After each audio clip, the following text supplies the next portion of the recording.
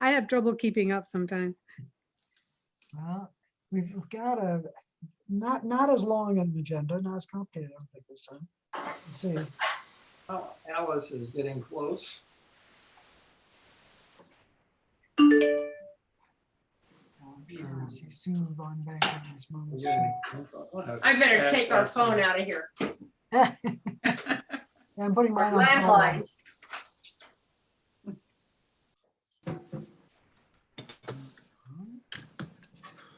Sue, do you want me to show the agenda once in a while? or- I would, I was just thinking about that. Rachel, that would be great if you could pop it up. We've got a minute to go, but feel free if you want to. And I'm going to See if I can text get it there. Sue Von Bank, who I'm sure is on her way anyway. Good job. There you are. It's great. Now, do you see the agenda? Yes. Okay. My screen looks different for some reason. Oh, yeah, everybody else can too, I assume. Yeah, Yep, looks Okay. good. okay, great. All right. I'm just telling you, we're starting the meeting. Okay. Sure, she's having dinner or something or other. So, welcome. Glad to see folks. This is great, always fun, and we have an amazing program tonight, thanks to the program committee. So we've got some items for our business meeting. Anybody have changes for the meeting minutes from last time? Virgil sent them out and asked if folks might take time to review them. And Pat does such a great job, as I pointed out. I don't see anything to change, but if you've got anything, say now. Okay, hearing none. Here we go. Approve the minutes. All right. Treasurer's report, Karen, thank you. Let's see. And Virgil's got that if you want to see it. Yes, it was attached. On March 20th, we had $6,485. And we had two dual memberships come in. So we had $50 in income.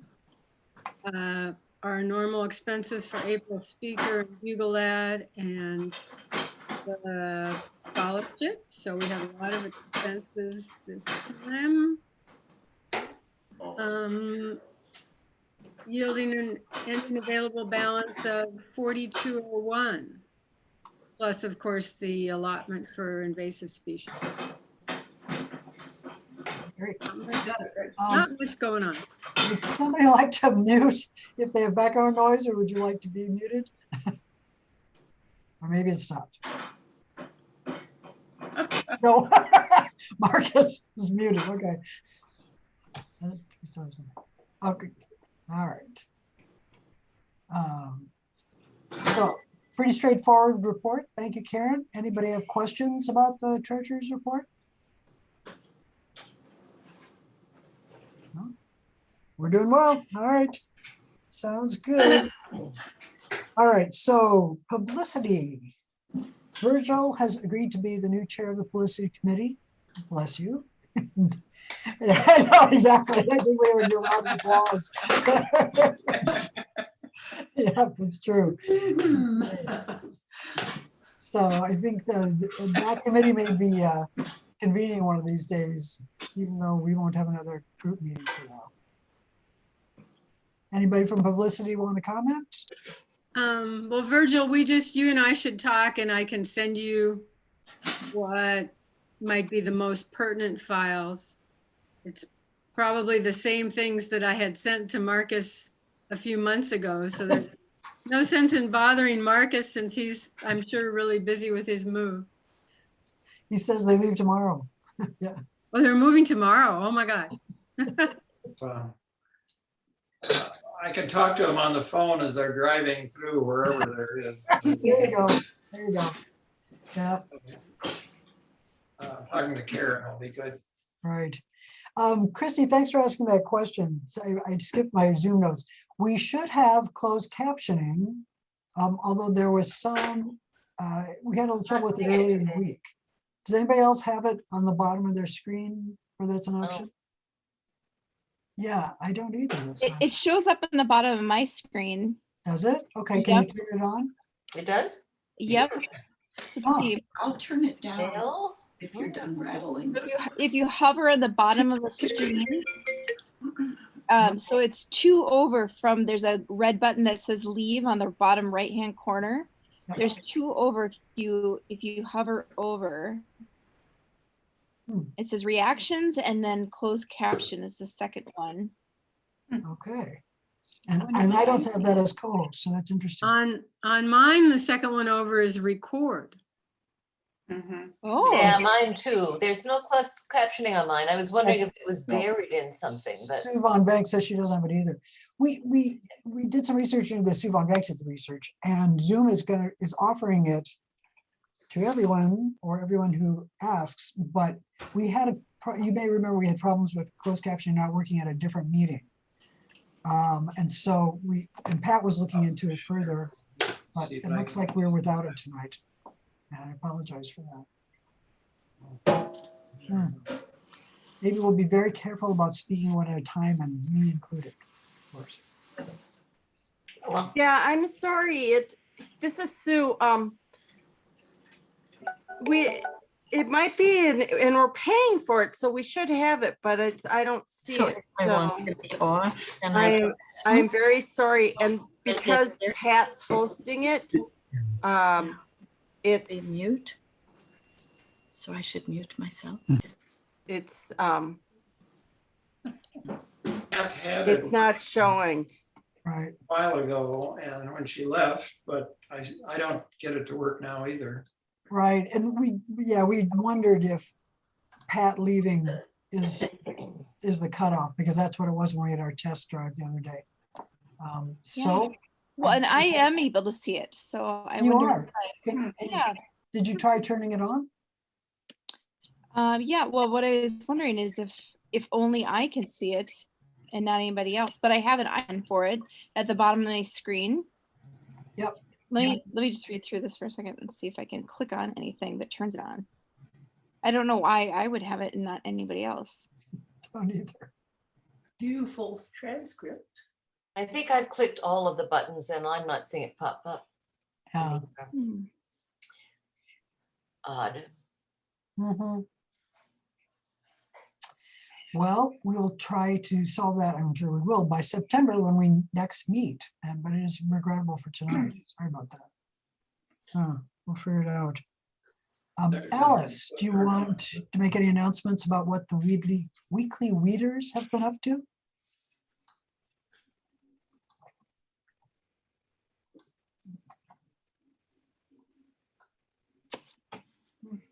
Were you asking Alice? I am asking Alice. Oh, okay. Alice was here. She was, and she muted herself, and I've asked her to unmute, but perhaps she stepped away. there. So she doesn't live here anymore. Good news is, Where did I go? I didn't know, but we hear you. Okay, well, we've been we've launched our spring summer efforts, and we're working on Tuesday and Friday as we have in past years, and it's been a pleasure. So things are coming along. We're moving Hasta, and we are raking out and all the debris, all the winter debris. So, and that's about all there is to say, isn't it, Verena? Yeah, I think so. It's the usual spring cleanup effort. Yep. Yep. You know, getting the dead socks out of the way and Yeah. We've been about 8 people each time. yeah, that's about right. 8, 9. So we're really, really fortunate, I think. It's a well-supported effort. And we're all set to plant the window boxes on the 23rd of May. Great. Sue Von Bank raised a hand. I don't know if she wants to comment on this area. I was just gonna ask Alice if she had enough volunteers for the window boxes. Who's asking? Sue Von Bank. Oh, yes, if you come.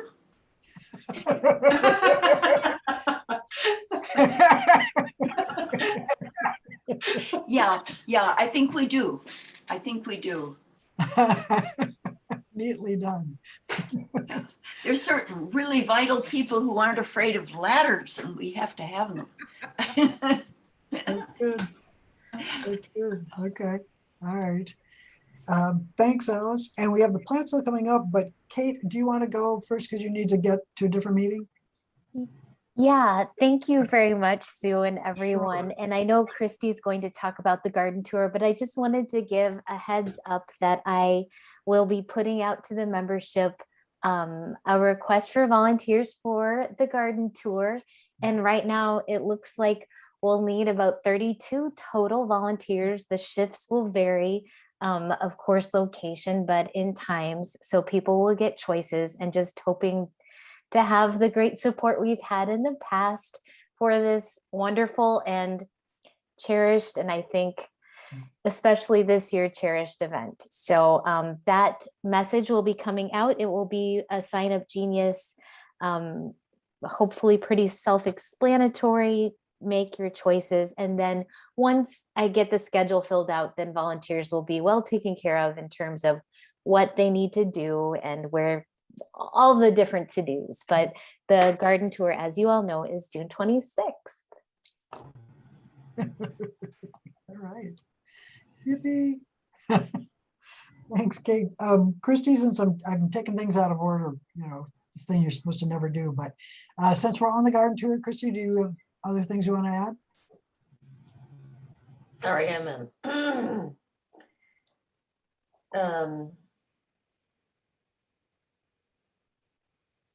were you asking me something, Sue? I'm sorry. Yes, that's okay. Do you want to add anything about the garden tour, since I took it out of order because Kate needs to get to a different meeting right now? Okay.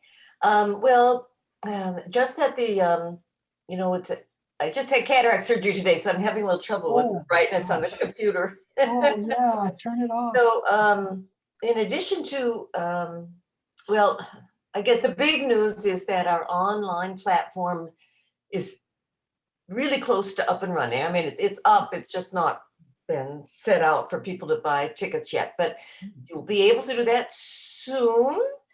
I actually missed the last meeting because of an error on my part, so I'm not exactly sure if a date for getting it out was discussed, but it'll be soon. And you will need to buy your tickets online and before the day of the tour. You will not be able to buy tickets on the day of the tour. Things are looking good. We've gotten permission from the library to have our command center on the library lawn again this year. So that's really good. I was a little worried with COVID that might present a problem, but we will be there. And we have 10 beautiful gardens. And Kate, then are you sending out an email sign up? She said she would, yes. Yeah, okay. I'm not hearing very well either, so I'm sort of missing two major senses here. Oh, dear. Well, thanks for hanging I'm in probably there. not going to stay on for the speaker, unfortunately. But so I think that's the big news. Our next meeting will be the day after the plant sale. Should anyone like to join us, just let me know and I'll send you a link.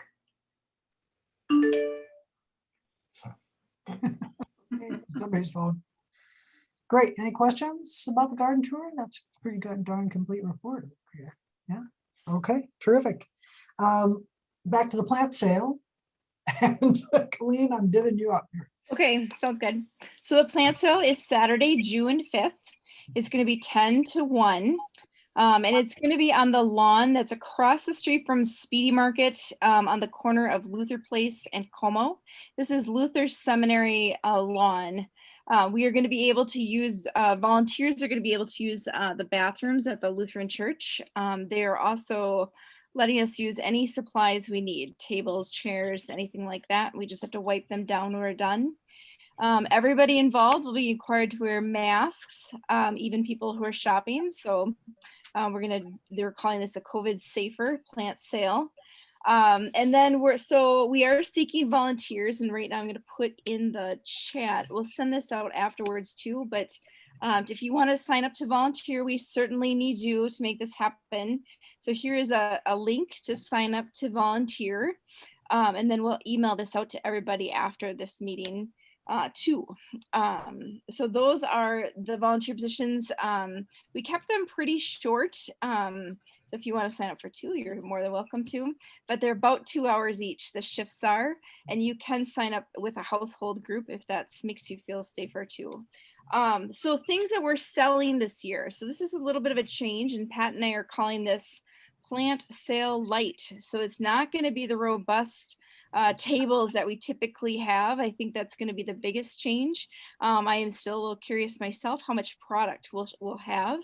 But things that we're going to sell is we do have a troop of people who are doing some seeded plants, including me. I have an entire kitchen counter devoted to plants this year. So, and then we're going to be selling hostas and Siberian iris from the library, which we do not think have the jumping worms there. There is a little talk that maybe they will be sold bare root, just to be safe, to not spread those. But that is still in discussion. We are also welcoming house plants from Garden Club members. If you have any house plants you'd like to divide or thin out, we're welcoming those as another option. I have some extra fencing we're going to make into tomato cages. And so one of the volunteer projects is to help me zip tie these tomato cages together. They'll be 5 feet tall tomato cages, and we're going to sell those. And then also, as we are getting ready for spring, if you have any garden garage sale items, we would also sell those things too, and would welcome those. You could actually bring them to me at my house, and I will store them until the plant sale. So, did somebody say something? Okay, so does anyone have any questions about the plant sale? No? Okay. Colleen, Yes. would it be helpful to send you a list of what we think we will be selling kind of ahead of time, so you have sort of an idea? Sure. Or Are you? do we just show up with our stuff? Yes. So you're one of the seeders, people who seeded plants? Some, but I have some house plants too. Oh, you know what? Actually, that would be terrific. I did start a spreadsheet today because I'm starting to track all the seeding. I wanted to wait because I know there can be some crop failures with seeding. So I did start tracking that. So if you want to send me an email and let me know if you do plan on bringing some house plants and things, that would be great. So it would also help our setup crew know how many tables to carry across the street. So luckily these tables are very light. The church bought the lightweight ones, so we don't have to carry them far, but that would help us with planning, knowing how many plants we have coming. Okay. Yep. And so we are going to start the plant sale. It's going to open at 10 and we will go until we're sold out. It's potential we could sell out just based on having less product than we typically do. So we're just going to see how it goes, but it will definitely be a lighter plant sale this year. Good work. That's everything. Cool. It's impressive in these conditions. Yeah, well, I hope so. It is. Quick update on the Lutheran Church Garden Project. I don't see Mark Hansen here, but Virgil's reminder included a picture of the huge new garden bed that they cleared, and they worked really hard, got it done. And Christy, do you need something at the moment? I see your hands up. Yes, I just remembered something I should have reported in my report. Okay. And that was one issue that's kind of out there is the gift to the gardeners. We will be, in years past, we've always given the person who had the garden a lovely stone engraved that said the St. Anthony Park Garden Tour and the year placed in their garden. We no longer have access to that wonderful gift and have found out now that we were paying about 1/10 of its price retail. So we can't do that anymore. And unless we can find someone else who would like to almost contribute their resources in engraving stones, or if anyone has an idea of something not very expensive, but that would be a nice memento to go along with the garden tour membership, send me your ideas. Good. Okay. Back to Lutheran Church. Oh, thank you, Virgil. That's very kind of you. Look at the size of that thing. They cleared it. They made it ready. They put stakes in with all the plants supposed to go which is where on Mary's plan. Ye gods, right? So you also got from Virgil in both reminder emails, I think, the link to both the list of plants and at the end of the first document, the form for donated plants. And they will come dig them up for you if you want. We heard Kevin encouraging us to participate by digging up our own and planting them there at the church. And that's possible too. At the last meeting you mentioned it, Kevin's the Eagle Scout whose project this is. So any questions about that? Then this plan is very specific. I don't know if they will end up wanting to take substitutes as time goes on or not. Everybody clear about how you can access this if you want to? Okay, moving on. Thank you. Announcements, the next meeting will be September 7th, for heaven's sakes. The other end of our gardening season. Right? Yeah, and with the program Herbs for Pollinators by Rhonda Fleming Hayes. Marvelous. So we will have a lot to talk about then. Sue? Yes. Yeah, I just wanted to say that Rhonda is really hoping that we can meet in person by September, and I guess we don't know that yet. But if we can, she was going to bring her book, Pollinator Friendly Gardening, Gardening for Bees, Butterflies, and Other Pollinators. She's a many-time contributor to the Northern Gardener, and she's had several articles. This is rather specific for her, herbs for pollinators. It's not, doing the whole thing. So she's in Florida for part of the year, and then she's in Minnesota for part of the year. So September was about the only month we could get her. And I think she'll be a wonderful speaker, but at some point, obviously we'll have to decide what's happening. Are we still on Zoom or can we meet in person? Yeah. Yep. And I believe we'll probably have a board meeting in August, I think is the optional time. So that will be a big topic. Maybe we could sell her book at the garden sale, plant sale. Ooh. For a little markup. Would somebody like to contact her about that?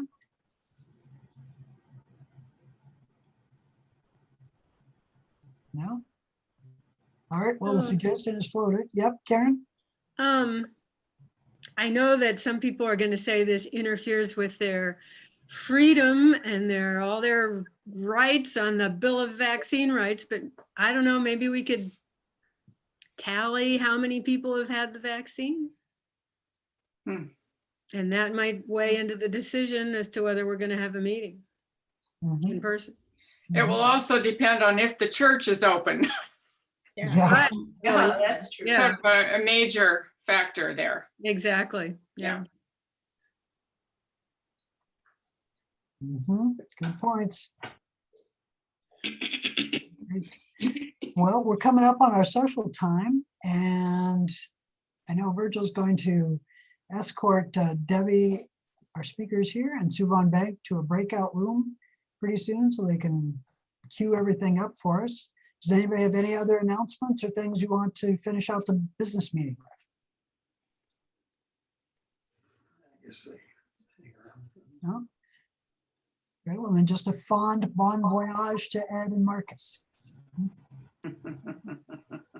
Thank you. Yeah.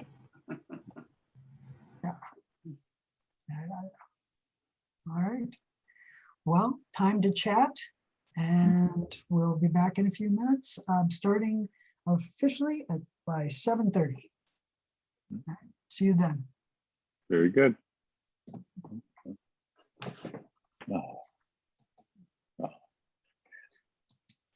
It's been quite a roller coaster ride as far as weather, which is not unusual for here, but it was great seeing the spring ephemerals come up with all the warm weather. And then because it got so cool, everything lasted so much longer than usual. Last year, they came up and we had a heat wave and they were gone.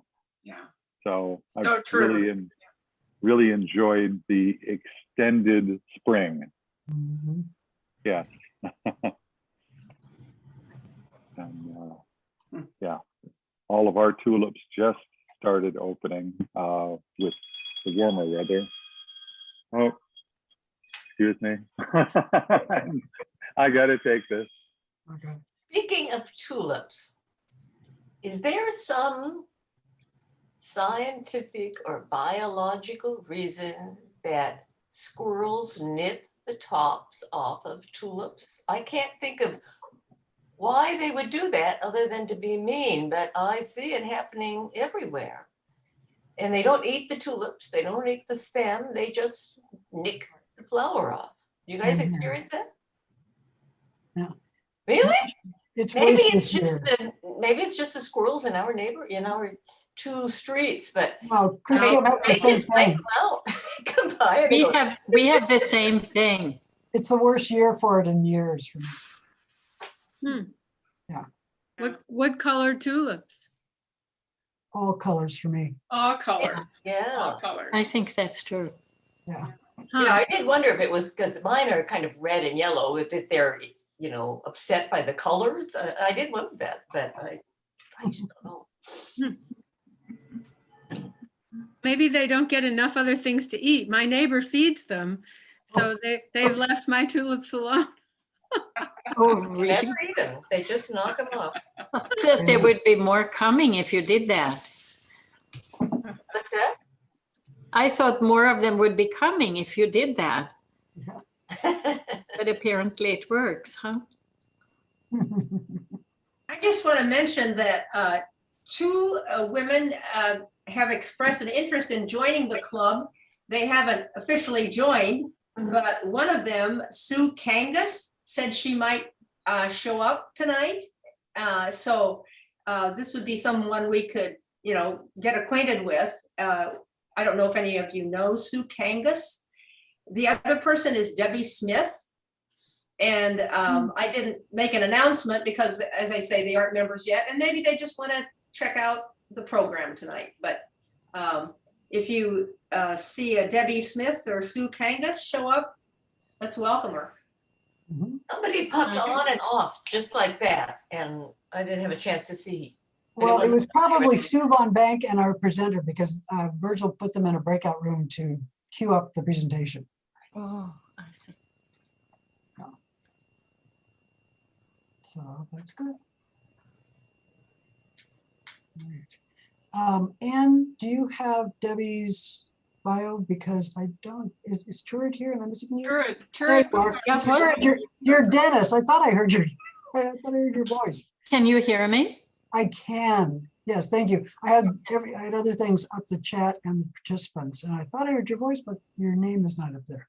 Never mind. I'm sure you're. Yeah, I have a question for Turid. Yeah. Turid, hi. Thank you for introducing our speaker. I don't have her address. Do you have her address? I do. Yeah, she sent it to me. We need to, you need to please send it to Karen so Karen can send her the check I'll do that. for her honorarium. Exactly. Lovely. I asked her for her address and she sent it. Thank you. So I'll make sure Karen gets it. Wonderful. Thank you. Yeah. Are you harvesting asparagus? We went down and harvested some and had some for dinner. So I thought we have harvested, but it was we were ready to go down that really after that cold night and they were all frozen. What? And Really? they were just kind of limp and hanging over, but we picked them anyway and cooked them and they were okay, but not like. Oh, But no. then now afterwards, we have had fine asparagus, but that one night, I think it became too cold in our part of the community garden. It was so disappointing. When was that? Well, When was that cold night? I don't know. Well, A they week were ago several. Monday, I think. Wasn't it Okay, a week, yeah. a week, Oh, week okay. ago yesterday? We had some and they looked ready the day before and I thought, no, we can leave. So we have a few more, you know how you do.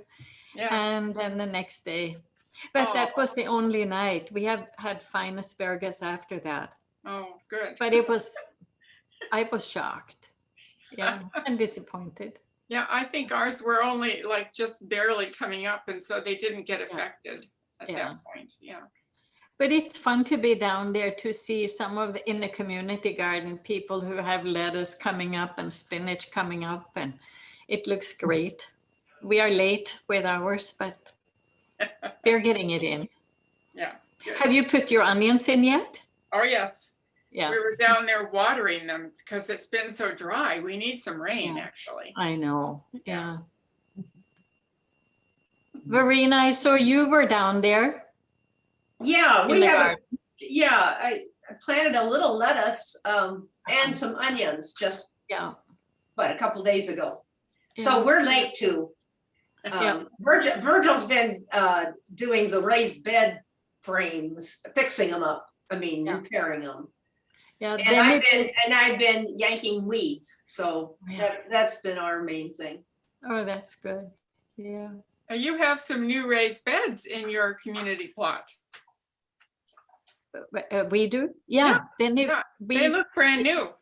then we built new ones. Yeah, they We look tried very nice. without the boards last year, and I found so many seeds just washed off the side. Oh, So we put, and they are narrower, so we don't have to fall into the bed when we weed. So- Yeah. And they look really good. So it's exciting. Yeah, I love being down there, yeah, good. So do I. but I'm ignoring at home. So, Yeah. Yeah, it's hard to do it all. oh, it is. Yeah. I feel that too.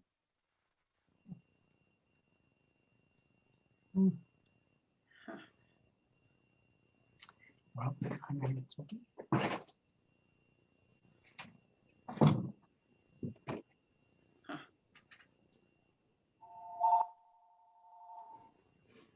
Somebody at the door. Oh, is that number? Our phone, but someone else is taking it.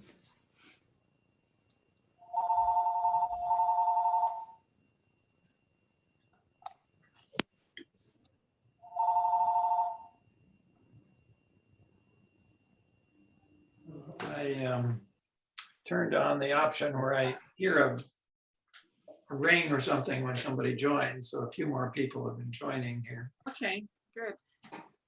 Can we see them?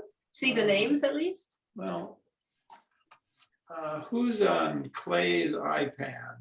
Oh, Clay is on Clay's iPad. Hi, everyone. I'm a new person.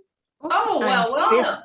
Yeah, thank you. I'm just visiting your meeting. I mean, you were kind enough to give me a link so I could find out what this is about. And so here I am. Oh, yeah. Welcome. Well, Welcome good. aboard. Thank you. Lots Who of are you people guys? have been telling you. And Sissel is staying quiet. Hey, Are you Virgil, there, Ann, Sissel? Virgil, this is Sue. Can you please make Debbie a co-host? Sure. Thank you. Debbie, Lonnie, I see you. Hi, Hi, who said that? I did. Hi, nice to meet you. We're figuring out the technical stuff. Okay. Very Well, good. I'm really looking forward to hearing your talk tonight. Well, thank you. I think, Yeah. Virgil, I need to go back to the breakout room. Okay. Did I I think- send you back there? Yeah, would you? Yeah. Sure. Let I me- think Sue is already gone there. See you all in a few minutes. Okay. Find you in one place so I can send you to the other. This is quite an experience, isn't it, with these Zoom meetings? They're all different. And it really doesn't seem to matter how much experience Yeah. you have with it. New issues always pop up. Exactly. That's for sure. Yeah. Yeah. I love the magic trick where you reach through the curtain back there, Susan. You like the virtual background?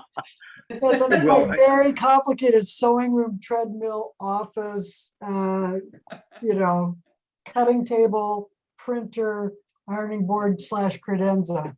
So I did not realize it was a virtual background until you turned around and your arm disappeared through the curtain. sorry, I know that is disconcerting. We played games with family members online and discovered it that way. Went on Zoom, yeah, I know, sorry. Well, you don't see my mess that way, so. I may have to borrow that curtain. Yeah, that's one of my quilts. It's up on the wall in front of me. Well, in fact, I don't know if you can Oh, see. boxes. Yeah. Yes, that's what our whole place looks like right now. Oh, Yeah. oh, The wow. only thing that looks like home is the bed is actually made. So that's the only thing. And then that gets taken apart first thing in the morning. Right. Oh, Yeah. When do you actually leave? As soon as they finish loading up the semi, they arrive at 8 tomorrow morning. Oh. And when they're done, then, well, as they empty each room, we run through it with a vacuum cleaner to clean that. And then the vacuum cleaner will be the last thing to go on the truck. And then we hop in the car and go. Hopefully we won't forget the dog.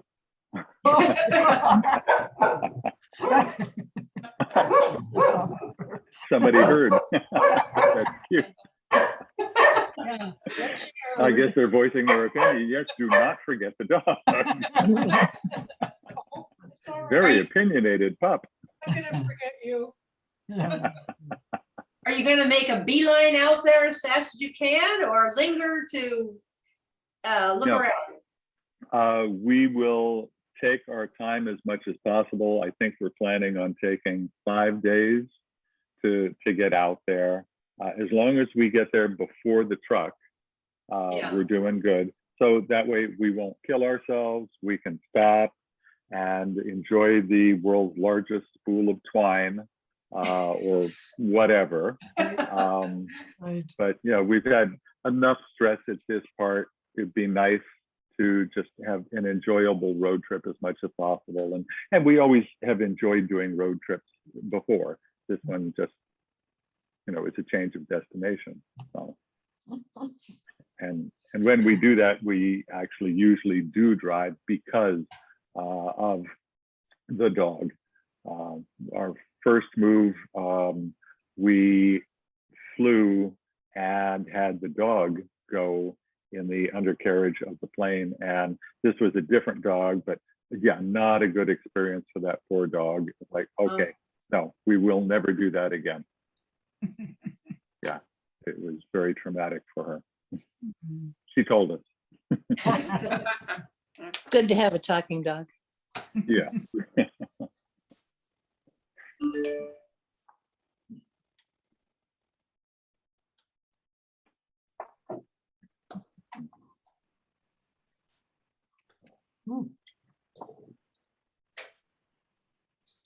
Anybody else been weeding already? I couldn't resist to start. Oh yeah, garlic mustard. Oh. Yeah, and yeah, other undesirables. Did you see the email from Mary Lehrman about the invasives? Yes. Yeah, I have most of them. We have two. I have actually put a little transplant of porcelain vine to climb on our pergola, and it's supposed to be invasive. And you know, I won the original plant at one of our garden club. A speaker brought it, and I won it in you know, what we have at the end of our lottery, whatever. Raffle. Door Yeah. prize. Okay. And I planted it and it's just prolific and I think quite beautiful. But now, so I got a little cutting from our old house and I planted it. But should I pull it up then? And there were several plants. I didn't have any idea they were invasive. Did you look Well- through that list, any of you? Yes, I- yes. Yes, Oh. yeah. Some of them, weren't you surprised at some of them? Yeah.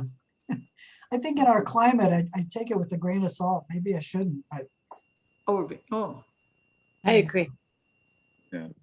Well, I hadn't read the list yet, but if you go to a lot of various garden clubs plant sales, you're likely to buy many of those. I think Well, those are the ones, you know, that are the most prolific, and Yeah. those are usually what end up at the plant sale. yeah.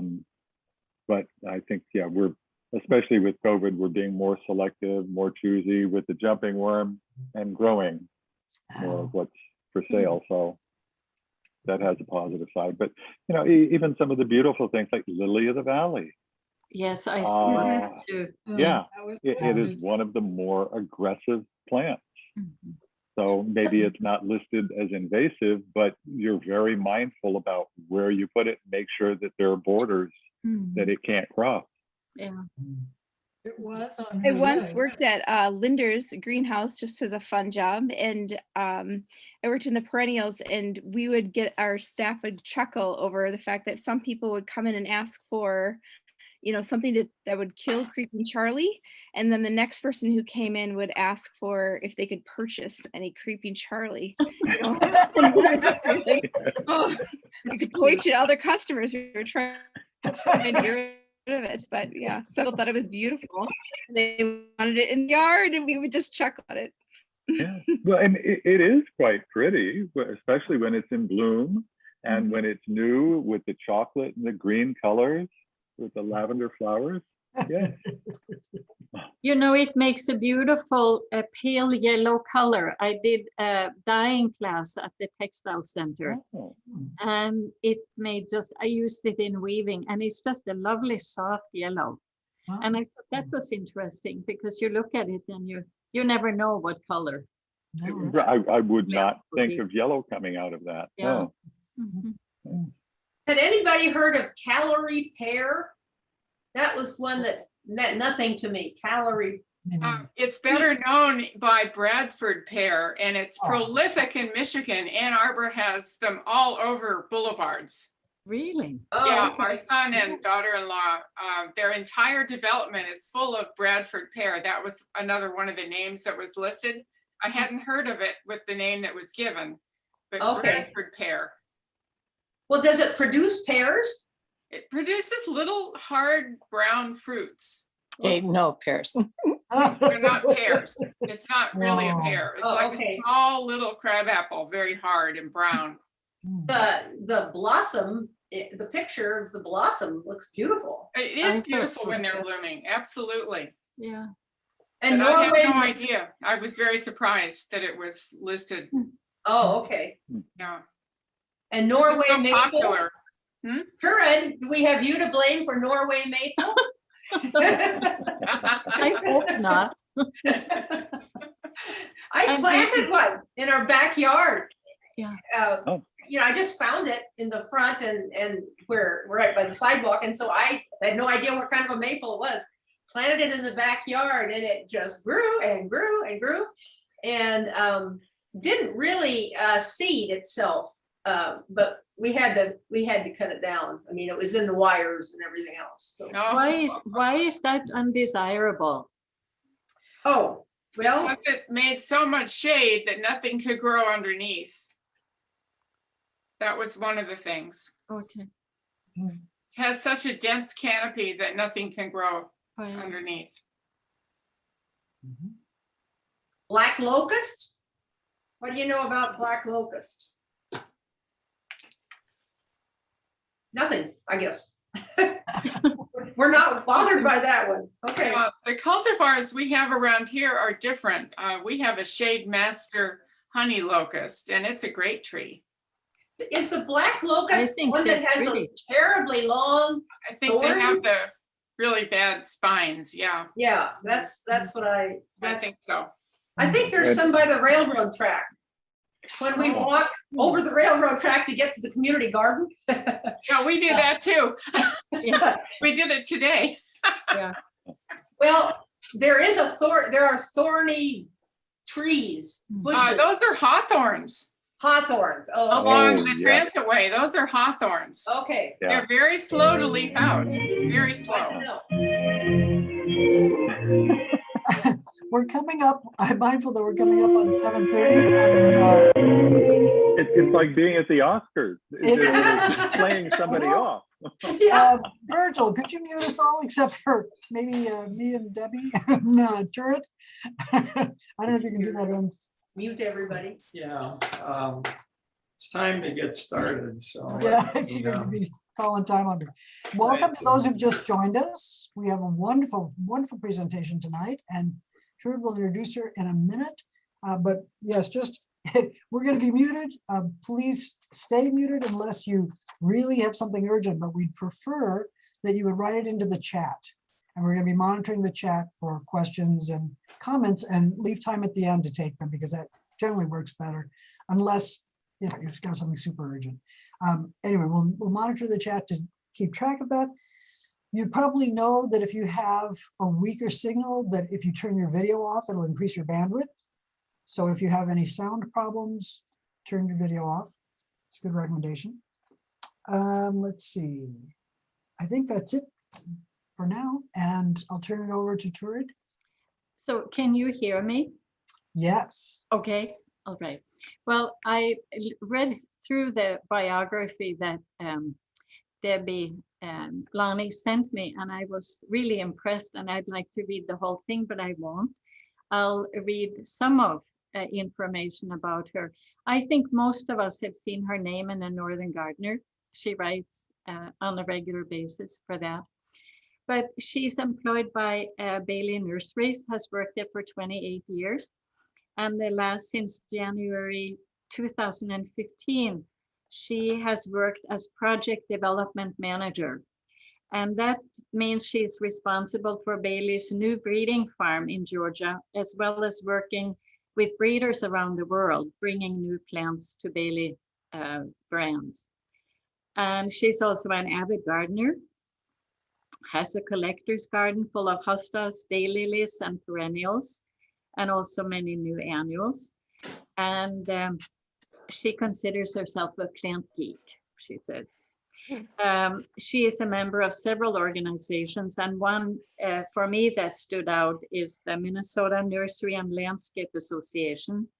She just finished her last 2 years as the president, and she was recently honored by being inducted into the Minnesota Nursery and Landscape Association Hall of Fame, being the first woman to join that prestigious group of volunteers.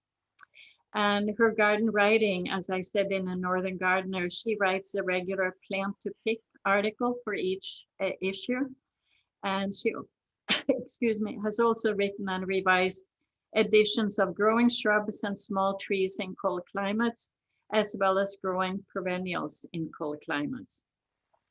I'm really looking forward to the presentation, and Debbie Lonnie, we welcome you to our group and look forward to it. Thank you. Thank you, everybody. I appreciate it. So I'm just going to do a couple technical things here to see if I can get my slideshow up and running. So do bear with me. All right, slideshow from the beginning.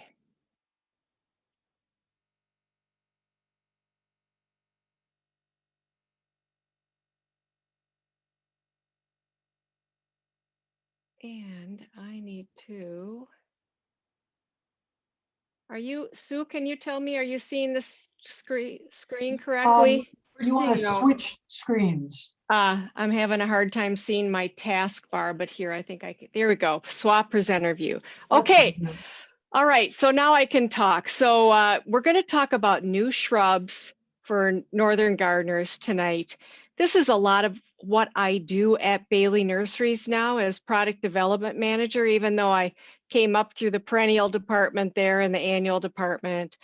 And a lot of what I'm going to show you tonight, selfishly, are Bailey introductions, but I do have some proven winners and I think a couple other things to show you.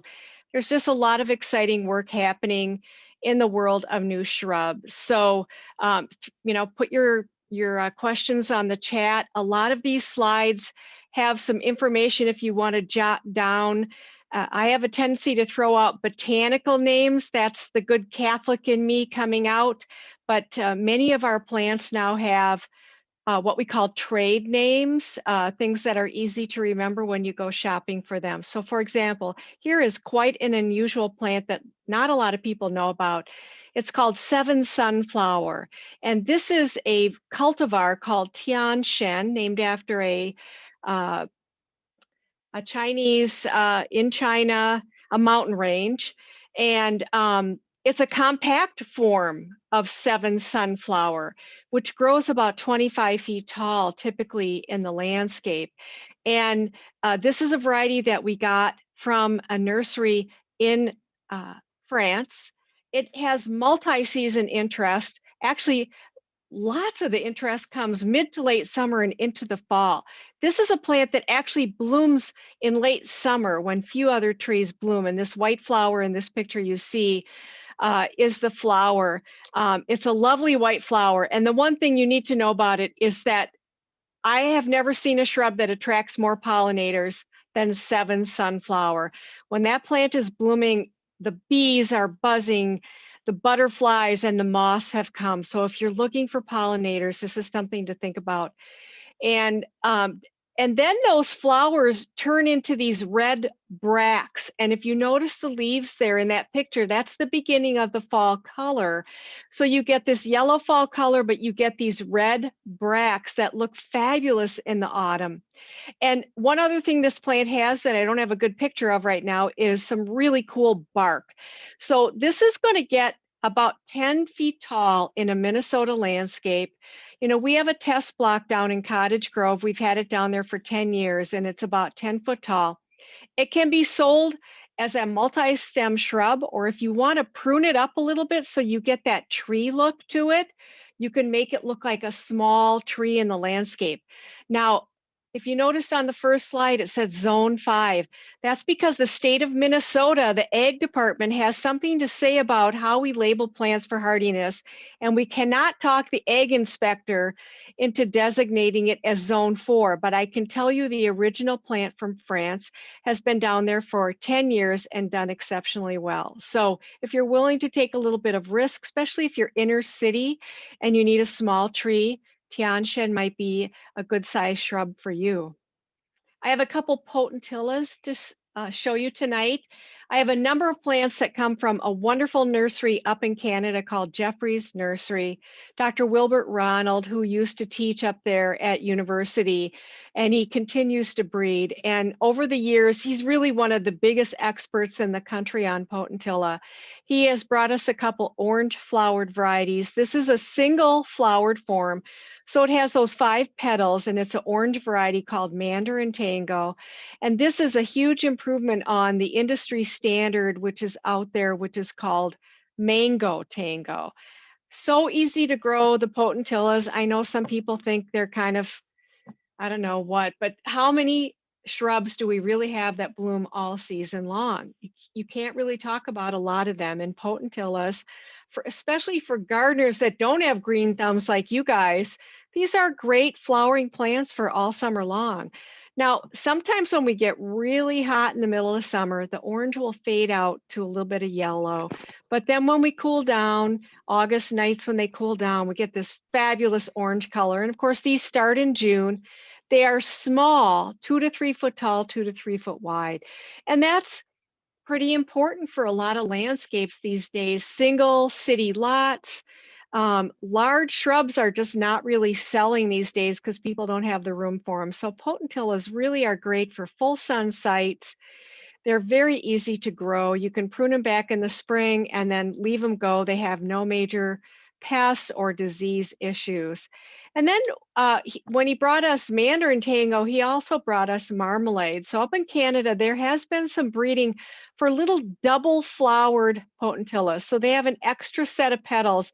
They're really cute when they first start to bud up. The little flowers look like little rosebuds. But this one is called Marmalade, which is an even more intense orange color than Mandarin Tango is, with all the same attributes, that same size. Both of these are hardy up into zone 2, and none of us want to live in zone 2 because that's really cold. And they're also deer resistant. So, you know, these are great full sun plants that give us flowers all season long. If you're looking something for very, very easy to grow. Now, this is one of my favorite new shrubs. This just came out about 1.5 years ago from Bailey Nurseries. Again, this is from Canada, but it actually came from Newfoundland, from a professor there in the university. And it was found in the wild. And this is actually a little willow or a salix. And there are a few little willows that we grow in northern gardens, but none of them have this incredible silver foliage. I just think this is such a nice accent plant in the landscape. And again, it's not real big. On the slide, it says 5 to 7 foot. Well, we haven't seen it go to 7 foot. We think if you get down next to Kansas City or Chicago, it might go that tall. In Minnesota, it's going to go 4 to 5 foot tall and about as wide. And it's very self-branching. It's very easy to grow, has this powdery, silvery foliage that's quite attractive. And it's great if you put it with something that's yellow, like a yellow shrub or a purple leaf shrub.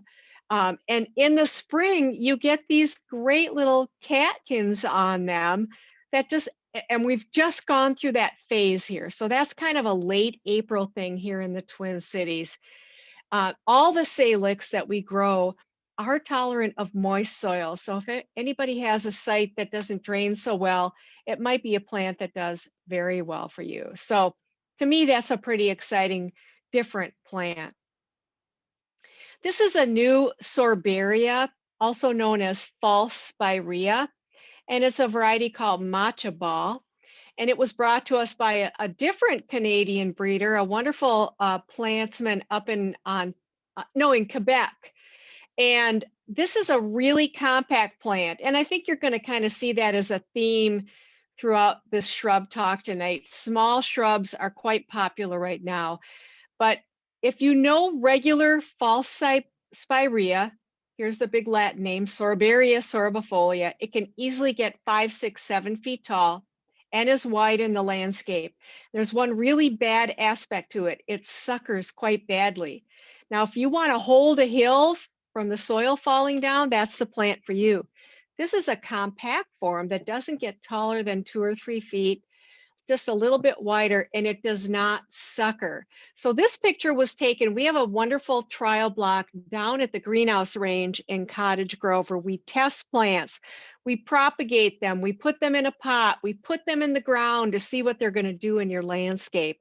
And they're so tight and compact. And when they emerge in the spring, you get some really nice colors to the new growth, kind of a red to orange to peachy color. It doesn't hold that color all season long. It comes on in the spring, and then as the heat of the summer comes on, it turns into more of a lime green to it, but it's a very easy plant to grow. Doesn't need any shaping or pruning of any type, and it's great in small spaces. This is another Canadian import from Jeffries, from Dr. Wilbert Ronald up there. This is a compact Miss Kim lilac called Little Lady. Miss Kim is one of my very favorite lilac shrubs. It's not a French hybrid. It is a species. To me, it is one of the most fragrant lilacs in May, but it can get large. It can easily go 7, 8 foot tall and wide in the landscape. And so Wilbert did some breeding to get the size down. So we're talking about a plant that's more in the 4 foot range. This is a very young plant in his trial block up near Winnipeg, not quite mature enough to have flowers. all over it, but ultimately that plant will be covered with those beautiful lavender flowers. They start out more of a darker pink bud, and then they open up, and the fragrance will just knock your socks off. Very easy to grow, loves full sun, hardy to zone 2, and again, more compact habits. So if you have a foundation where you can't use a really large Miss Kim lilac, this dwarf form would be worth trying out. Just hitting the market. You may not see a lot of it here in spring in the garden centers, but as we go through 2021, you're going to see more of it in the stores.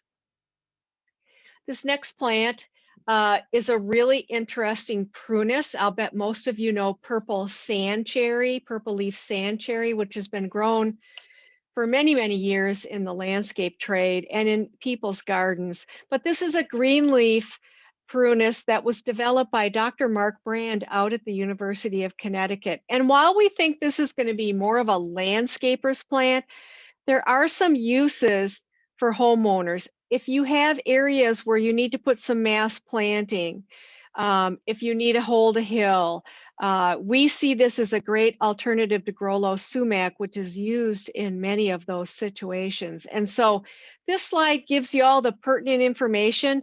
This is a low spreading shrub, only 2 to 4 foot in height, but easily 6 to 8 foot in spread. So again, if you have big spaces that you want to fill with a mass planting, this is a great plant. Hardy in zone 4, loves full sun.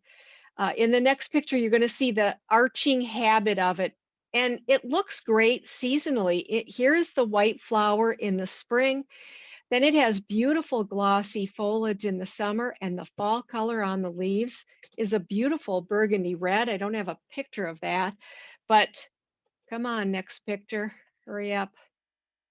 There it is. Oh, I went too much. Hold on. Go back. Here it is. So that picture on the right, you know what's really interesting is in the winter when we get heavy snow cover, those branches get pressed down to the ground. It's like they're smushed right down to the ground. But then spring comes and the sap starts flowing and they slowly start coming up and giving you that arching habit, and then the flower buds come on. It's just the sweetest little white flowers. So something new and interesting for more of a landscape use. Here's a new azalea from the University of Minnesota. We work with the breeders there all the time, and I'll bet many of you grow some kind of lights azalea. Those were developed by Dr. Pellet many years ago, and his breeding work was carried on by Dr. Stan Hokanson. And Stan reached out to us and offered us a couple plants. You know, many of these shrubs that I've showed you, I haven't even talked about the brand. They are in our first editions brand. So if you go to the garden center, you'll see all these plants in a bright purple pot with a very snazzy little tag on them. And so kind of in honor of the old series, we decided to call ours Electric Lights. And so far we have 2 colors. This one is their red one, and it's just a stunning kind of a fire engine true red color. It's an upright plant that goes about 4 to 5 foot tall and 3 to 4 foot wide. I think this next slide will really give you a flavor for what it looks like in spring. The azaleas will be blooming very, very soon here in early May. We've learned a lot of things about the lights azaleas over the last 25, 30 years that they've been on the market. Initially, we thought they absolutely had to be planted in the shade, and we've learned that they are far more sun tolerant than we give them credit for. So think about that when you place them. They tolerate more sun. They do like acid soil. So if you know your soil pH, and if it's alkaline, you may want to do a little adjustment to your soil to bring the pH down, whether it's some peat moss, some elemental soil sulfur, or something like that. But this thing just has the greatest red flower on it early in the spring. There is a pink one in our series as well. It's a double pink called Electric Lights Double Pink. Both of these are now readily available in the garden center. We had a few problems getting red on the market, but we have been able to fix that problem and get them out there. So if you went shopping in the next week or so, at a local garden center, you would find those. This is, I have a couple new spireas to show you. Very useful plants in Minnesota landscapes, again, from a size standpoint. I have one summer blooming spirea, which is this one right here, Little Spark, and then I have a spring bloomer to show you. So this plant came from our breeder friends in France, and we're bringing this in because one of the old industry standards, Spirea Gold Flame, has started to have some problems culturally. It reverts back to this weird looking variegation that actually looks like it's full of virus. It's very hard to propagate. And so we're going to leave that old one behind and get rid of it and move to Little Spark. Again, a compact plant for small spaces that only gets about 2 foot tall and a little bit wider than that. This will start blooming for you in June. Has some very nice chartreuse foliage. When the new growth comes on, there are some red tips to that new growth, and you'll see that in the next slide as I move to it. Here it comes. And that red is mostly prevalent in the new growth, and then it kind of mellows out into that limey chartreuse color, and you get those rose-colored flowers throughout much of the summer. If you take a little time to deadhead a summer flowering spirea, if you're into that, you will stimulate more flowers later in the season, August to September. So when they start to turn brown and get old, prune them off a little bit and you will get more flowers later in the season. So that is Little Spark. Here is a different species that we don't grow too much here. This is a variety called Spot On, and it's actually an interspecific cross, but it has Frichiana in it, which is a very hardy plant. This picture that I'm showing you are actually two plants growing side by side in our trial block down at the greenhouse range, and it blooms in late May, early June, very large flowers that are a pink color. Now, some of you might know a variety called Spirea Tor, which is white, but this one is pink, and I'm a sucker for anything pink flowering. And it was brought to us by a great plantsman in Menominee, Wisconsin called Mike Yanni. He's a super great guy. And, you know, we looked at this, you know, we look at a lot of plants that breeders bring us and we go, well, will somebody buy that? Will they like it? And one year, I do a lot of meetings in October at the nursery. I run all these meetings. So when they're done, I need to get away from the darn computer screen. And a few years ago, I went down, and this picture on the upper left I took. I mean, this plant spoke my name. I parked my car over there on the road, and I saw that fall color, and I walked over and I said, oh my gosh, this is the best fall color I have ever seen on a spirea. It's just truly outstanding. And that was kind of the motivation for us to introduce this plant. And so there's a close-up of the flower, the fall color. In the middle of the summer, that lower left picture, it's done blooming.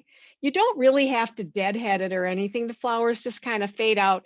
The one thing about this plant that we've had some good laughs over is in the summer, we'll get some red splotches on the leaves, very irregular splotches. And that made us sit back and go, what's wrong with this plant? We tested it. We looked at it from a disease standpoint. It's just a natural thing with the plant. And as a matter of fact, Mike Yanni, who's kind of a wild and crazy guy, he wanted to name this plant Dracula's Drippings because of those red splotches. And I looked at him, I said, Mike, we are not putting a plant on the market called Dracula's Drippings. So I put him in his place jokingly, and he came up with the name Spot On. So this is Spot On Spirea in our first editions program. There's always a good story or two behind a new plant. I consider shrub roses shrubs, so I thought I would show you at least one good one. This is in our Easy Elegance program, and it's a variety called Funny Face. You know, many years ago, we had a full-time breeder out at our farm in Oregon who brought a lot of great plants to our Easy Elegance program. The one thing, his name was Ping Lim. He was from Taiwan. really super great breeder. And the one thing he brought to us were some zone 4 hardy shrub roses that had just fabulous disease resistance, and they had remontant or reblooming traits. So they would start blooming in June, take a little rest, bloom some more, take a little rest, bloom some more. And this is Funny Face. And I'll say, I've already told you once, I'm a sucker for anything pink. So this is a pink and white bicolor. And as a matter of fact, these pictures that I'm moving to right now were taken in Gordy Bailey's yard. He has always been a fan of this plant. What you need to know about anything Easy Elegance is they're grown on their own roots, so they're not grafted roses. This just really helps with the hardiness. If they die back a little bit, you just go in there with your pruning shears and you cut out the dead stems. They're almost all compact varieties that get around 3-4 foot tall at the max and about the same width. I find that great for foundations. Gordy has these around the pool in the backyard, and they do exceptionally well. They mix great in perennial gardens. So there's Funny Face Rose, a very, very easy rose to grow. No spraying necessary, no winter cover necessary. That's what we Minnesotans need in a shrub rose.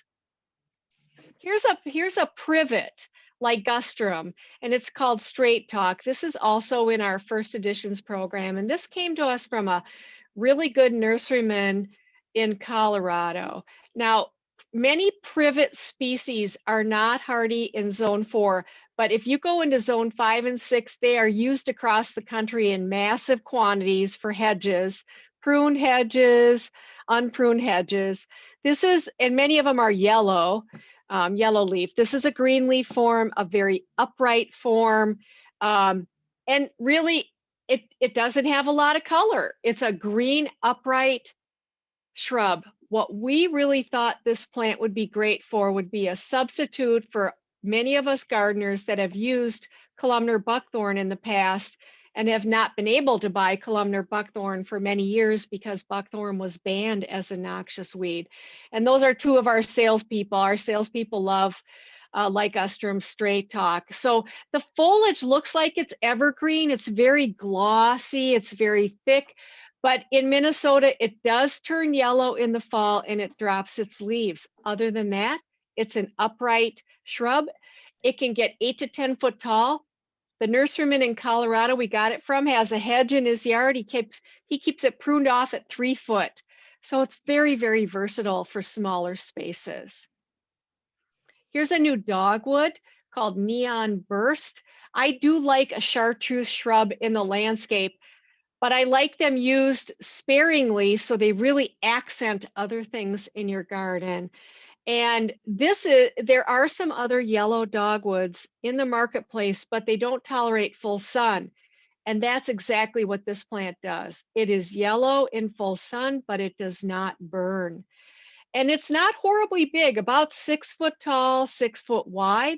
This actually came from a nurseryman in British Columbia, but in the colder part of British Columbia. If you can see there, look at the new growth. It has some nice color to it, a little bit of reddish growth to it. Again, that matures out, but you have a great chartreuse plant that stays yellow all summer long and doesn't bloom or doesn't burn, in the Minnesota heat. Here's a great new lilac.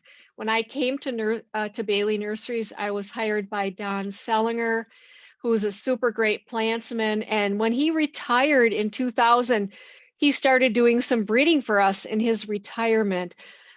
And we have introduced a couple of his varieties. And this is a French hybrid lilac. Well, it has some French hybrid in its blood and some other species called Virtual Violet. And what we really like about Virtual Violet, besides those flowers, it's really hard to photograph, but the new growth, about the top 6 inches, the leaves have purple color to them and the stems are a really rich, dark purple, which really accents the flowers when it blooms. So mine is in bud right now. I suspect, well, it's going to be cool this week. I'll bet in a week it's going to be fabulous. Has this great purple flower to it, which looks super against that purple foliage. It doesn't hold that purple foliage all season long. When it's done blooming, It's done blooming for the year, and then that purple foliage turns green. And here's one of my favorite pictures. You know, you all notice, I think many of these plants have been patented and trademarked. That's Penny on the right with Lacey, her assistant, filling out all the color information for the patent, but some plants that we have at the main office.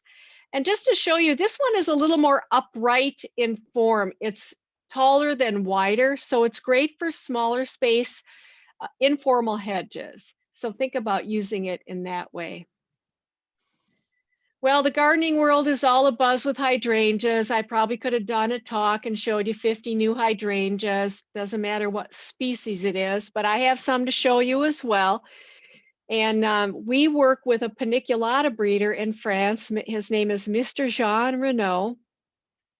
And Mr. Renaud, I believe, is 97 years young this year. And I actually just wrote my July-August plant to pick article for Northern Gardener, and this is the plant that I wrote about. This is the fourth hydrangea that we've gotten from Mr. Renaud, and it's called Berry White.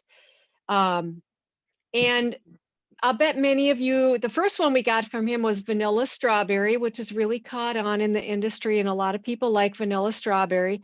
To me, this is Vanilla Strawberry on steroids. It's very similar in height and spread, about 6 to 7 foot tall, 4 to 5 foot wide, but it's a little more upright and the stems are much stiffer and the flower color is a little better. So let me walk you through some pictures. While I haven't been to Europe in a couple years, I'll get back there either this year or next year. This is what it looks like in France, where the summer temperatures are a little cooler, so the colors are fabulous.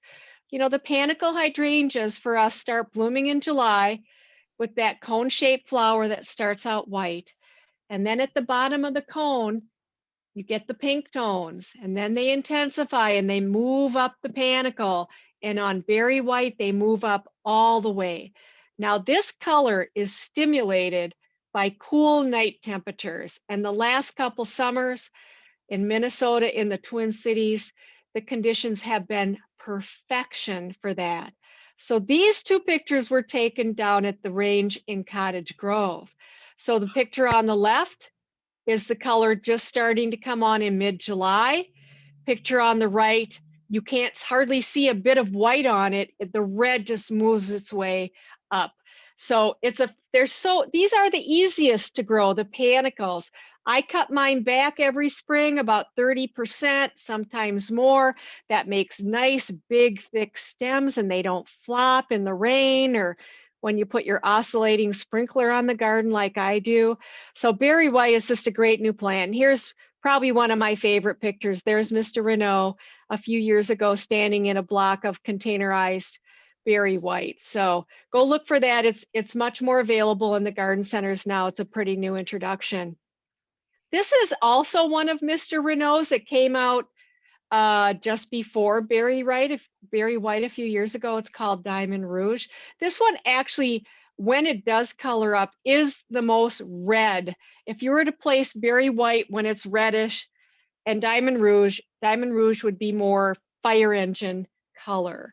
And so it's a little shorter, it only gets about 4 to 5 foot tall. And this is a trend you guys are going to start to see as you see all these, so many new varieties. Proven Winners has a ton of them, that you're going to see some dwarfer varieties. So for those of you that have smaller spaces, look for these smaller ones that get 3 to 4 to 5 foot tall. So here it is in France, and this was in their nursery in France. They had shipped all the Diamond Rouge except this last row of them, and that would have been in late August when I took that picture. You can just see the intensity of the red. So lots of great new hydrangeas out there. Here's a new 9-bark that came from the University of Minnesota called Fireside. That name might remind you of something if you know the apple variety, Fireside. They named it. We really like this 9-bark a lot. It is a little slower growing than some of the other varieties that are out there, like Diablo, which is kind of the industry standard. And we like that because it just doesn't take so much space in the garden. The plants, that top right picture is down in Cottage Grove, it really hasn't gotten much taller than 5 foot tall. Has kind of an upright vase shape to it. It loves full sun. And what we like about this one, it's hard to photograph, but I think you can see it in that bottom right picture. It has more reddish tones to it rather than the brownish purple tones like Diablo or Little Devil have. And oh, when the sunlight is flowing through it, it's just incredible. So it's a nice addition to all the 9-barks that are out there. You know, the one thing we've noticed in the last few years is that the 9-barks can get powdery mildew, especially if we have a wet, humid season. I'm not going to lie, we've seen a tiny bit of it on Fireside, but it's not as susceptible as other varieties out there. So that one's also in first edition. Here's a new proven winter plant that you might find in the garden center.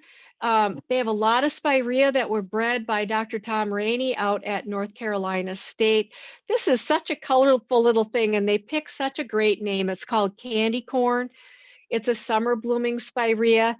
Only it's really small, only 1.5 to 2.5 foot tall and wide, zone 4 hardy, really multicolored. And this next picture kind of shows it to you. So when it's emerging, you get red, then orange, then peach, then chartreuse, and the inner leaves are kind of limey green. Can you see how the inner leaves are limey green?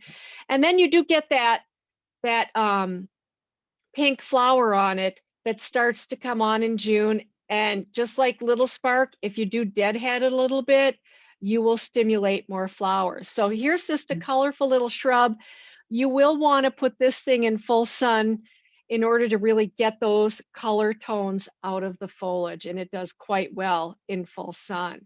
It's kind of a hard plant to grow in the nursery, but once you get it in your garden, it's a really cool little plant. And you know, not new, but I always have to throw in, this is one of the first shrub introductions that we ever made at Bailey Nurseries, not quite the first, but it's become so popular, and it's really fun to drive around or go to garden tours in the Twin Cities and see Tiger Eye sumac. And there I am with my face in a Tiger Eye sumac. And, you know, it's being used in a lot of situations. It does sucker a little bit, but it does have great color, yellow color throughout the season, great fall color ranging from orange to red. There it is at the main office at Bailey Nursery. You can see it's in late summer, hasn't burned at all next to the mammoth mum that it's next to. So I always like to mention it because it really has turned out to be a great performing variety for many gardeners in the Twin Cities.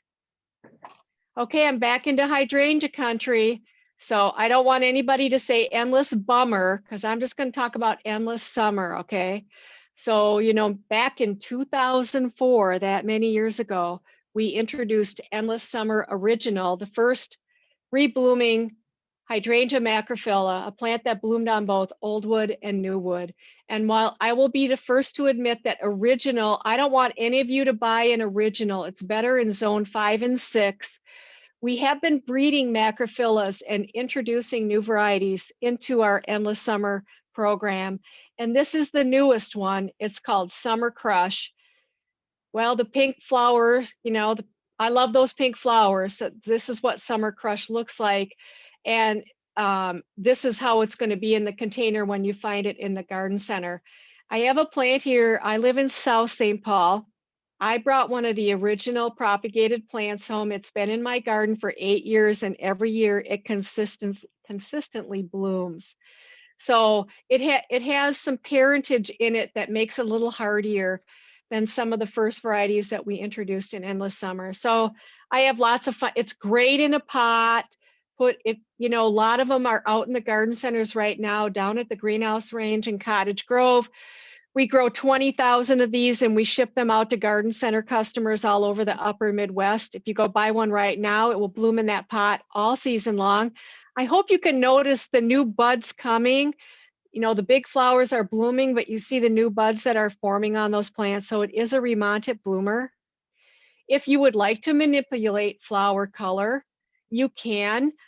At work, we lovingly call this color blurple, which is kind of a cross between blue and purple. But you know, in Minnesota, we have naturally alkaline soils.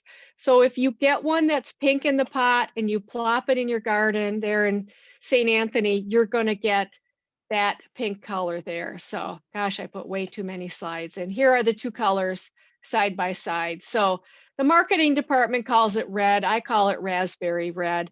And we did test the heck out of this plant, you guys. This again is the test block down in Cottage Grove. This is bloom on old wood, so flowers that were formed the year before, and then it kept blooming on the new wood that came up, so flowers later in the summer. And just because I'm product development manager and I'm privy to all the new stuff, I'm going to show you something I'm going to show you a couple really new things that you can't get yet. So don't throw rotten eggs at me. I guess that's a nice thing about a Zoom meeting. So this is the next Endless Summer.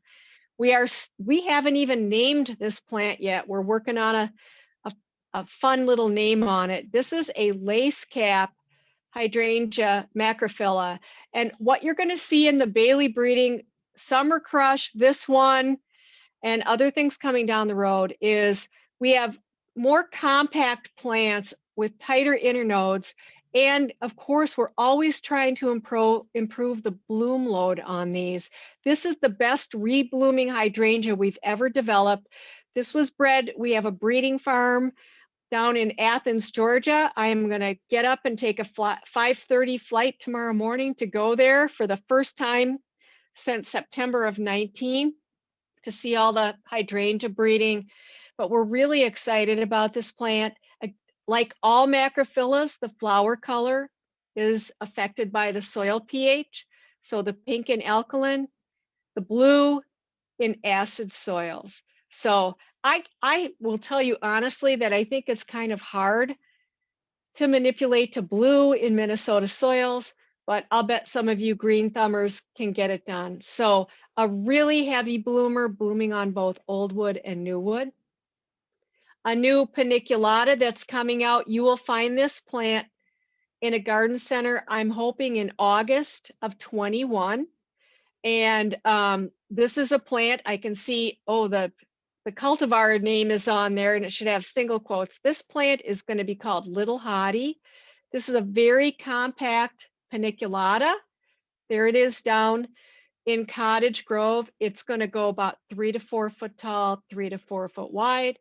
Again, with those classic panicle, the cone-shaped flowers that come on in July. This one doesn't have a ton of pink color.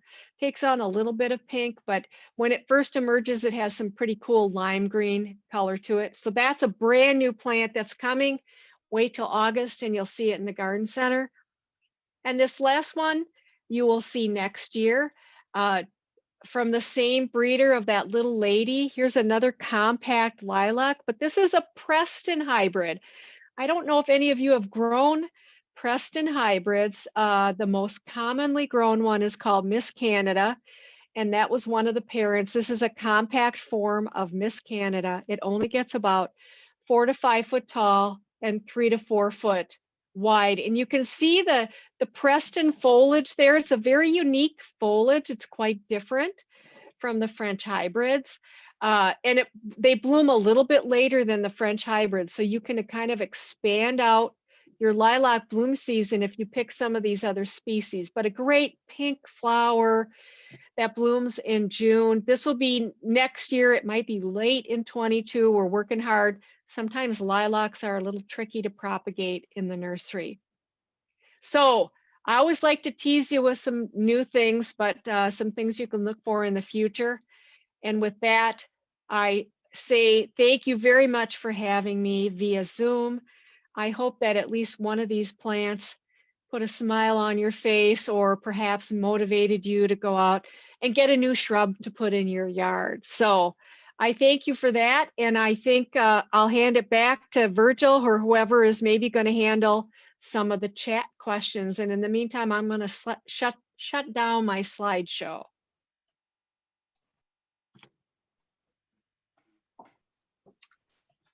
Wonderful, Debbie. Thank you so much. And I think since I lost internet 2 or 3 times, I think Sue is has been monitoring the chat so she can talk to us.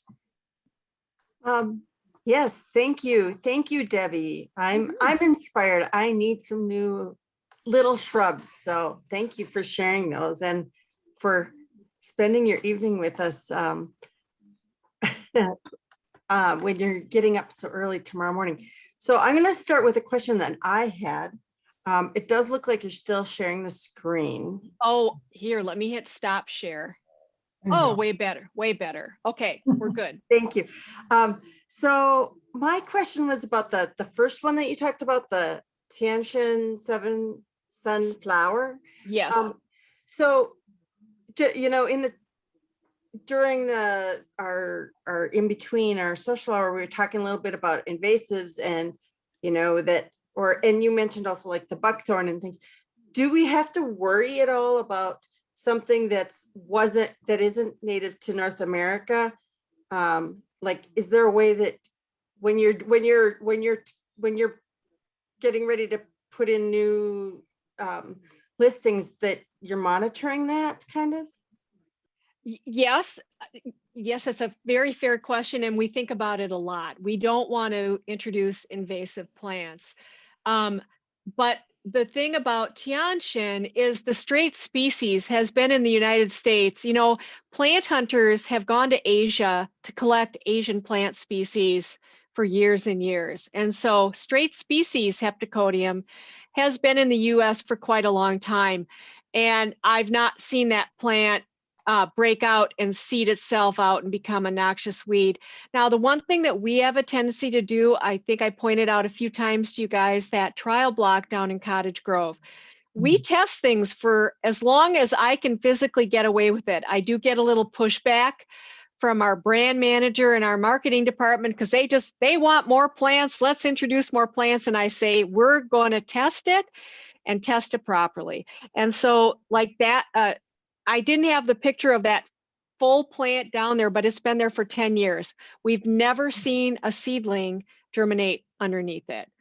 And those are the kind of things we are constantly looking for in our test process.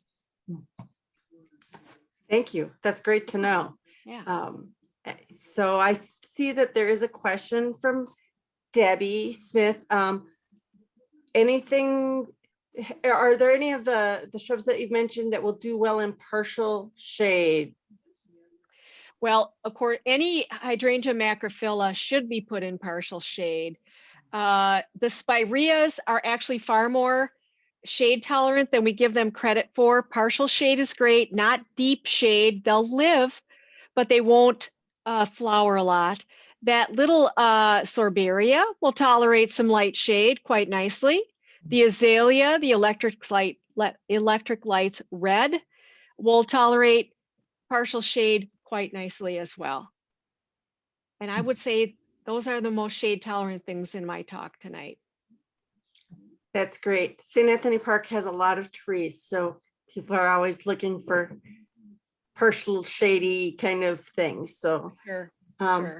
That is great. So I am not seeing any more questions. I will ask I have one more question, and then also if people want to raise their hands in Zoom or, okay, Carol, why don't we go to Carol and you can just ask your question out loud. Carol, you have to unmute. Yeah, Carol, can you unmute? Can you hit the unmute button? I am unmuted. However, I don't have a question. It's me. It's a different Carol. Okay. Hi, I was just wondering what Bailey's policy is on the use of neonics in their plants that they grow. Yep. Our policy, I can say that we use a tiny bit of neonics. Where some of our farms are out in the middle of farm fields and woodbury and stuff, but it's a very minimal amount. The plant health guys have been working quite hard over the last 5 years to minimize the use of any of it. But there's a little bit there. Is it in a particular kind of shrub or? It probably is, Carol, but you know, we are a really large company and yes. we're quite departmentalized, and that's all part of the plant health group, guys. I bet if I call Jean-Marc, I said, what do you use a neonic on? In a heartbeat, he'd tell me, but I actually don't know that for a fact. So Okay. I couldn't tell you. Okay, thanks. Anne, go ahead. Yeah, thank you so much. It's a wonderful presentation. Thank I you. love the paniculata hydrangeas. Are they only zone 4 or would one survive in zone 3? I'm thinking of my cabin, which is zone 3. Actually, I am of the personal opinion that almost every paniculata is zone 3 hardy. I think in some cases we have a tendency to be a little bit conservative on the zones because we know for a fact we've tested it.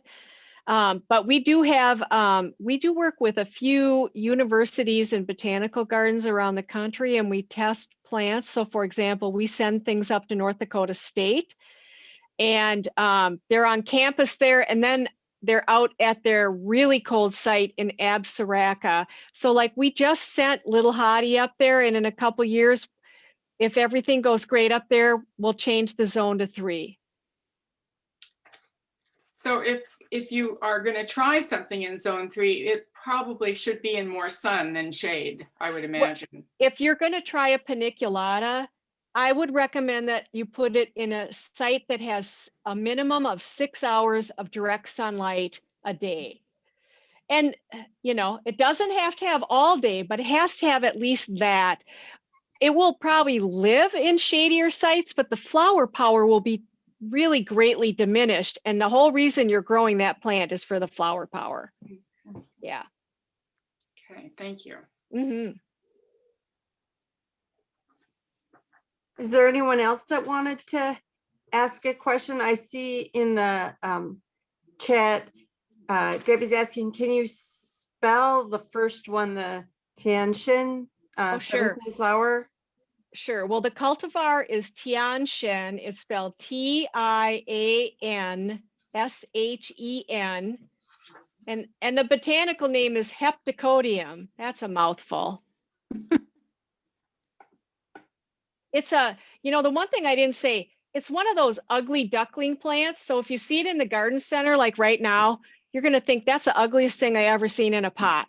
Because right now is not when it really shines. And it's not this perfect little shrubby thing. It's kind of got an arm here and an arm there.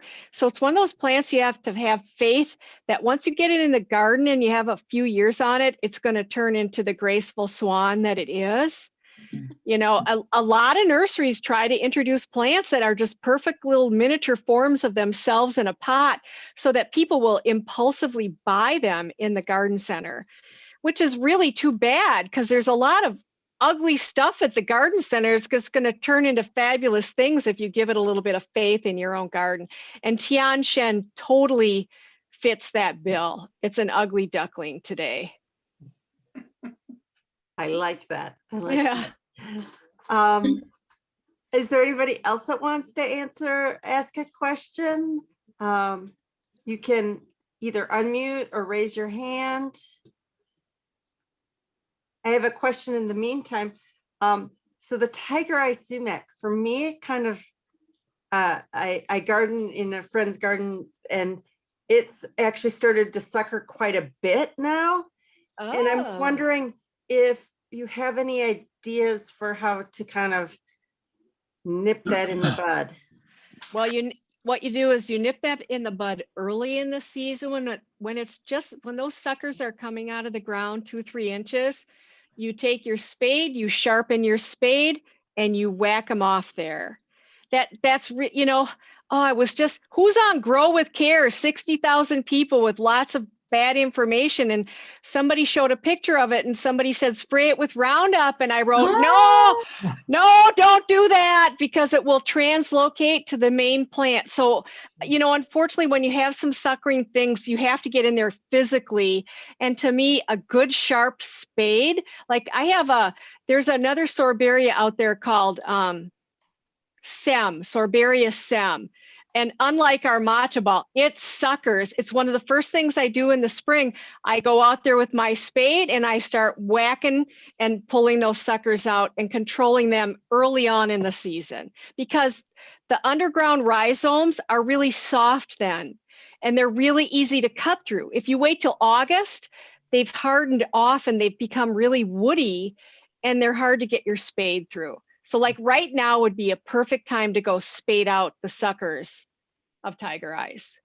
That's great advice. For me, it always is one of the things that I end up leaving, and until later, because there's other things that seem like I should do first. So I will try that this year. Okay, very good. Thank you. Mm-hmm. Anyone else with a question? Or is there anything in the chat that I've missed? I don't think so. Yeah. This has been fantastic, and your dedication to presenting to us when you're getting up at dark 100 and leaving soon after. Is I think I booked you guys first before that trip. So yeah. Oh, we're very grateful. Yeah. Well, I'm happy to speak to your group. I hope you're all having a good spring, and that we continue to have a good spring and a good gardening year. And it's been fun to show you all these new things. So thank you all for your time. I appreciate it. Thank you. All right. I'm gonna hit the leave button now. Thank you so much. Okay. All right. Thank you. Bye-bye. Good night. Thank you. Yeah, that was great. It was phenomenal. Yeah. Almost. Yeah. Any closing thoughts, anyone? Besides, that was fabulous. I just wanted to thank everyone for opening your arms and welcoming me into your club. I wish I were here longer for this part, but I will be joining you again in September. If you Zoom, maybe it'll be half Zoom, half in person, who knows? But I look forward to that time, and thank you all for sharing so much of yourselves with me. I've enjoyed my time with you. Wonderful. Thank you. Have a great future, Marcus. Yeah. Have a safe drive, safe trip out. Thank you very much. We And will. happy gardening. Okay. Bye. Just a reminder, thanks to Virgil for recording this. So if you know somebody who missed it, or like me, missed parts because my internet cut out a couple times, the link can be gotten from Virgil to watch the presentation if you want to watch it again. And Great. thanks, Sue and Virgil in particular, for carrying this. Yeah. Thank you. Good night, everybody. Good night. Good night. Good night.